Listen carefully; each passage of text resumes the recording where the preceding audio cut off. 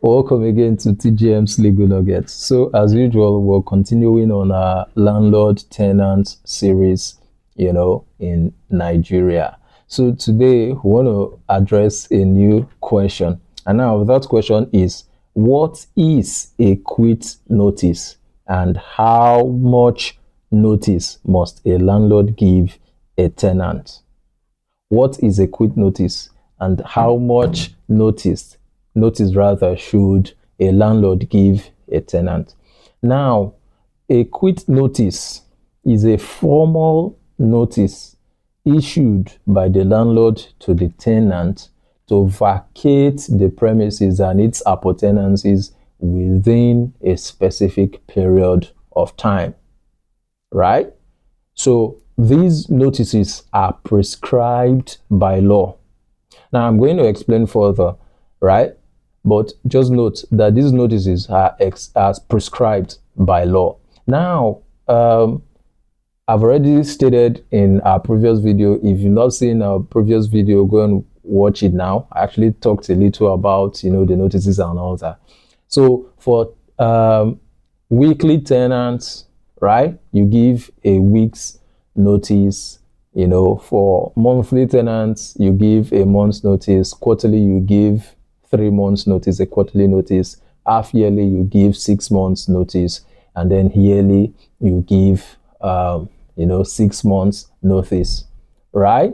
Now, there is a qualification, however, and it is obtainable, although some courts don't grant it, but most courts also grant it. And now that qualification is to the effect that if there is an understanding by way of an agreement between the landlord and the tenant, right, that the notice period is going to be shorter, as compared to what is statutorily provided in the various tenancy laws in each of the states of the federation, the agreement, insofar as it is codified, right, and understood and executed by the parties without force, coercion, fraud, right, is going to hold sway, right? So if, for example, you're occupying or your tenancy is a yearly tenancy, right, and your landlord comes and say, okay, sign an agreement, you read the agreement,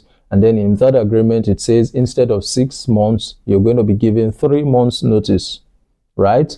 Insofar as you signed that agreement, you're going to be held bound by the contents of that agreement, by the clause that says, as against 6 months, you're going to be given what?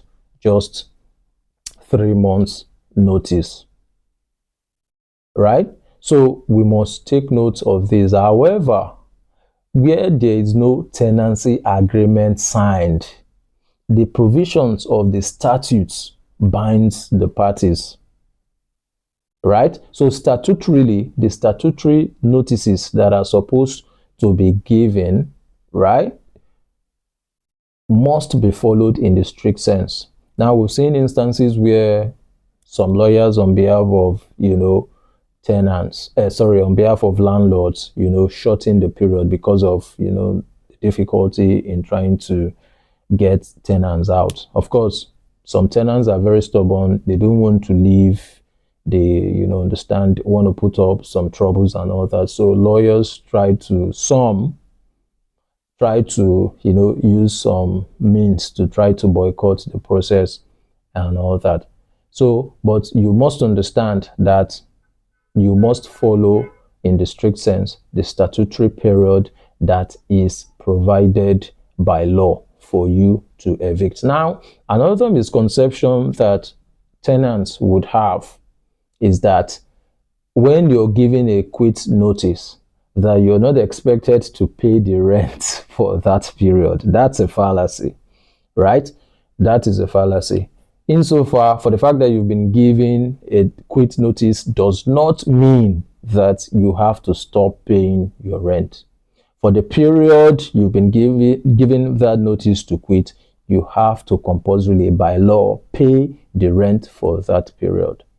So if you were renewing for maybe yearly, right, and you've been given a 6 months notice after the expiration of your yearly tenancy, That 6 months that you're going to stay, you are expected in law, right, to pay the rent that are due for that 6 months. So don't see it as a Father Christmas period where you have to stay in the property without paying your rent for that period. That's a fallacy. So this is our question on today's legal nugget. We hope to see you in the next video where we address more areas and concerns. Thank you.